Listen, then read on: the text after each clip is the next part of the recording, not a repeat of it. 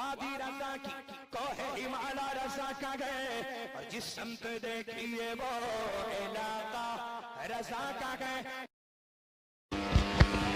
اما بعد اعوذ باللہ من الشیطان الرجیم بسم اللہ الرحمن الرحیم. هل يستوي الذين يعلمون والذين لا يعلمون صدق اللہ العظیم وبلغنا رسوله النبي الأمين الكريم ونحن على ذلك من الشاهدين والشاكرين والحمد لله رب العالمين. معزز سامعین، نوجوان دوستوں، عزیز بچوں، معزز ماں اور بہنوں، آئیے پہلے مورات مل کر آقائے دو جہاں، شہنشاہ کون و مکان، رحمت عالم، روحی پیدا صلی اللہ تعالیٰ علیہ وسلم کی بارگاہ ناز میں ہدیہ درود و سلام پیش کر لیں. اللہم صلی علی سیدنا و نبینا مولانا محمد کما تحب ترضى بأن تصلي عليه صلاة وسلام عليك یا رسول اللہ صلی اللہ تعالیٰ علیہ وسلم. معزز سامعین، مرد گرامی وقار حضرت مولانا مفتی وسیم احمد رضوی اور ان کے ساتھ جو علماء کی جماعت ہے، انہیں اور آپ تمامی حضرات کو ہم اس بات کی مبارکباد دیتے ہیں کہ الحمدللہ کہ ایک گاؤں میں انہوں نے حلقہ ذکر کا بھی قیام کیا. بچیوں کی تعلیم و تعلم کا ماحول آپ نے نظم کیا. اور ابھی میرے سامنے محمدی دارالفتہ کا بورڈ بھی نظر آ رہا ہے. دارالفتہ بھی آج کے گاؤں میں قائم کر دیا گیا. ہم مبارکباد دیتے ہیں جمنا پارک کے علماء اور مقی حضرات کو، جن کے تعاون کی بنیاد پر مفتی وسیم احمد اور ان کی جماعت کے علماء نے یہ سارے کام انجام دینے کا فیصلہ کر لیا. حلقہ ذکر بھی قائم ہوا، دارالفتہ بھی قائم کر دیا گیا. آپ کی جو سوالات آئیں گے مفتیان کرام شریعت کی روشنی میں اس کا جواب یہاں سے عطا کریں گے. ابھی آپ دارالعلوم نماز یا شہر الہ آباد میں جامعہ دارالسلام یا علامہ اشفق الرحمان مرحوم کا ادارہ سرکار مظاہر ملت کا جامعہ حبیبیہ، آپ کو فتویٰ لینا ہوتا تو وہیں جاتے تھے. اب آپ کو شہر جانے کی ضرورت نہیں ہے. شرعی مسائل کا حل آپ کے اسی دارالفتہ سے یہاں انشاءاللہ دیا جائے گا. دارالفتہ جب بھی مسلمانوں پر کسی طرح کا کوئی مسئلہ پیش آتا ہے، وہاں کے مفتیان کرام اس کا حل کر کے فریقین کا تنازع ختم کرتے ہیں. وہ چاہے میراث کا تنازع ہو، چاہے آپسی جھگڑے کا تنازع ہو، اور چاہے نکاح و طلاق کے مسائل ہو، چاہے زمین و جائیداد کی وراثت کا مسئلہ ہو، انشاءاللہ اب ان سارے مسائل کے حل کے لیے آپ کو شہر جانے کی ضرورت نہیں ہے. قرآن و حدیث کی روشنی میں آپ کو آپ ہی کی دارالفتہ سے جواب ملتا رہے گا. اور میں نے بڑے بے گرامی مفتی وسیم احمد رضوی سے وعدہ کیا ہے کہ میری اپنی زندگی تک انشاءاللہ دین کا جو بھی کام آپ کریں گے میرا پورا تعاون آپ کے ساتھ رہے گا. میں نے یہ بھی کہا ہے کہ اگر بہت اہم مسائل آ جاتے ہیں اور جن کے حل کے لیے یہاں کتابیں موجود نہیں ہیں، تو آپ ان مسائل کے حل کے لیے اپنا نمائندہ ہمارے یہاں بھیجیں. ہمارے یہاں 2-3 لائبریریاں ہیں. الحمدللہ دارالفتہ کی 8 لاکھ سے زائد کی کتابوں کا ذخیرہ موجود ہے. وہاں سے آپ کی رہنمائی کی جائے گی. آپ سے یہ بھی عرض کرنا ہے کہ دارالفتہ کی مضبوطی کے لیے ضرورت ہے فقہی کتابوں کی. جتنی زیادہ فقہی کتابیں آپ کے دارالفتہ میں ہوں گی اتنے ہی زیادہ یہاں کے مفتی کو جواب دینے میں سہولت ہوگی. اب دارالفتہ میں کتابیں کیسے جمع ہوں گی؟ ہم نے آپ یہاں کسی کا بھی سال ہو جاتا ہے، تیجا کرتے ہیں، چہلم کرتے ہیں، سالانہ فاتحہ کرتے ہیں، لاکھوں روپیے ہم اس پہ خرچ کر دیتے ہیں. تھوڑی دیر کے لیے۔ اب آپ کو یہ بھی کرنا ہے کہ اگر آپ کے خاندان میں کسی کا وصال ہو جاتا ہے تو آپ بجائے دعوت عام کرنے کے مخصوص لوگوں کے ساتھ ایصال ثواب کا پروگرام رکھیے اور اپنے مرحوم کے ایصال ثواب کے لیے افتاء کی کتابیں خرید کر اپنے دارالفتاء کو وقف کر دیجیے۔ جب تک وہ کتاب موجود رہے گی دارالفتاء میں، جب تک اس سے مبتدئین کرام کو فائدہ اٹھاتی رہے گی، اس وقت تک کہ اس کا مسلسل ثواب آپ کے مرحوم کے نام پر پہنچتا رہے گا۔ اللہ کے نبی ارشاد فرماتے ہیں اذا مات الانسان انقطع عمله كله الا من ثلاث، جب انسان مر جاتا ہے تو اس کے سارے اعمال منقطع ہو جاتے ہیں مگر 3 ایسے عمل ہیں کہ مر جانے کے بعد قبر میں بھی اس کا ثواب میت کو ملتا رہتا ہے۔ آقا نے ارشاد فرمایا الا من ثلاث، صدقۃ جاریہ، پہلی چیز ہے صدقہ جاریہ۔ مدرسے میں آپ نے کمرہ بنا دیا، مدرسے میں آپ نے کتابیں وقف کر دی، بچوں کے کھانے پینے کا نظم کر دیا آپ نے، اور مسجد میں آپ نے پنکھے لگوا دیے، یہ یتیم خانہ بنوا دیا آپ نے، یہ سب صدقہ جاریہ ہے۔ جب تک یہ باقی رہے گا آپ کے میت کو قبر میں اس کا ثواب ملتا رہے گا۔ اور علم ينتفع به، آقا فرماتے ہیں مرنے والا اگر علم چھوڑ گیا ہے، بچے کو عالم بنا کے چھوڑ گیا، یا اس نے کتابیں تصنیف کی اور ان کتابوں کو دنیا میں چھوڑ کے چلا گیا، تو جب تک لوگ ان کتابوں سے فائدہ اٹھاتے رہیں گے میت کو قبر میں اس کا ثواب ملتا رہے گا۔ اور تیسری چیز آقا نے فرمایا ولد صالح یدعو لہ، مرنے والا اگر اپنا نیک بخت بچہ چھوڑ جاتا ہے تو وہ جتنا زیادہ اسے ثواب کرے گا پہنچائے گا اس کا ثواب اس کے میت کو ملتا رہے گا۔ عزیزان محترم، آپ اس مدرسے میں کمرے بھی بنوا سکتے ہیں، کتابیں بھی وقف کر سکتے ہیں، مسجد میں پنکھے اور فرش وغیرہ لگوا کر بھی اپنے میت کو ایصال ثواب کر سکتے ہیں۔ کچھ دن آپ نے اگر اس پر توجہ کر دی تو آپ کا دارالفتاء کتابوں سے انتہائی مضبوط ہو جائے گا اور کہیں اور جانے کی ضرورت نہیں ہوگی۔ انشاءاللہ مبتدئین کرام یہیں سے آپ کی دینی ضرورتوں کو پوری کرتے رہیں گے۔ معزز سامعین، مفتی کی کتنی ضرورت ہوتی ہے۔ اس وقت پوری دنیا میں جو مسلمانوں کی اکثریت ہے وہ 4 مذہب و مسلک میں منقسم ہے، حنفی، شافعی، مالکی اور حنبلی۔ ہم اور آپ حنفی ہیں، سیدنا امام اعظم ابو حنیفہ رحمۃ اللہ علیہ کی تقریر کرنے والے ہیں، ہم حنفی کہلاتے ہیں۔ امام شافعی کے ماننے والوں کو شافعی کہا جاتا ہے، امام مالک کے ماننے والوں کو مالکی کہا جاتا ہے، امام احمد بن حنبل کے ماننے والوں کو حنبلی کہا جاتا ہے۔ پوری دنیا کی جو مسلمانوں کی اکثریت ہے وہ انہی 4 ہی مذاہب و مسالک میں گھرے ہوئے ہیں۔ یہ حنفی دارالفتاء ہے۔ امام اعظم رحمۃ اللہ علیہ کی پیدائش ہوئی ہے 80 ہجری میں۔ صحابہ کے یہ آخری دور تھا۔ ایک قول کے اعتبار سے 7، ایک قول کے اعتبار سے 9 صحابہ کرام سے حضرت امام اعظم کی ملاقات ہوئی ہے، جن میں سے 3 ایسے صحابہ ہیں جن سے امام اعظم ابو حنیفہ رحمۃ اللہ علیہ نے حدیثیں بھی لی ہیں۔ اس لیے 4 اماموں میں امام اعظم کا مرتبہ اتنا بڑا ہے کہ آپ تابعی ہیں، تابعی اسے کہتے ہیں۔ آقا فرماتے ہیں خیر القرون قرنی ثم الذین یلونہم ثم الذین یلونہم، سب سے بہتر زمانہ میرا ہے، پھر اس کے بعد جو میرے زمانے متصل ہیں انہیں صحابہ کا، اس کے بعد ان کا زمانہ جو میرے صحابہ کو دیکھنے والے ہیں تابعین کا زمانہ۔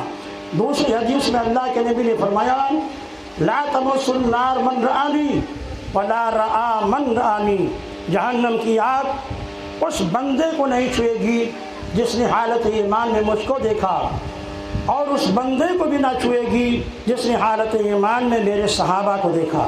تو عزیزان محترم، امام اعظم ابو حنیفہ جن کی ہم تقریر کرتے ہیں وہ تابعی ہیں، جن کے بارے میں نبی کا ارشاد ہے انہیں بھی جہنم کی آگ نہ چھوئے۔